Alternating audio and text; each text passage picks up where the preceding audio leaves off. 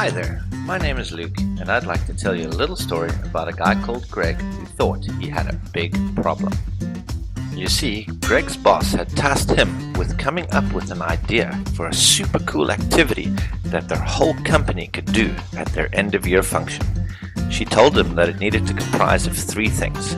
Firstly, it needed to be very interactive. She wanted everybody to take part, so karaoke was definitely out. Secondly, she wanted it to be lots of fun. She wanted people to laugh. She had lots of cool prizes to give away. And thirdly, top of all that, she wanted it to be very affordable. Well, it was now halfway through October, and Greg was starting to really get worried. He still had no idea of what to do. So he went home and poured himself a stiff drink and decided to worry about it tomorrow, because he was already late for his favorite program, Who Wants to Be a Millionaire? He didn't want to miss any more. Greg was lucky. As he turned on the TV, it was at his favorite part, where the audience gets to vote to help the contestant out with what they think the correct answer is. It was just then that Greg's fairy godmother thought it was a good time to intervene and lend him a helping foot, so she flew down and gave his brain a little kick. Greg jumped up as if he had an epiphany. "I'm a genius," he shouted. "We can have our own TV-style quiz show." But did something like this exist? Quickly opened his laptop up and went on to Google, and there it was, OptiVote. So he filled out the request form, and he could hardly sleep. He was so excited.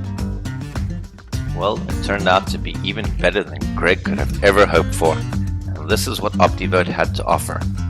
Each team or contestant would be given a radio frequency responder, which they would use to interact and answer the questions that came up on the screen. There was even a little LCD screen on the responder that they could look down at just in case they forgot what they answered.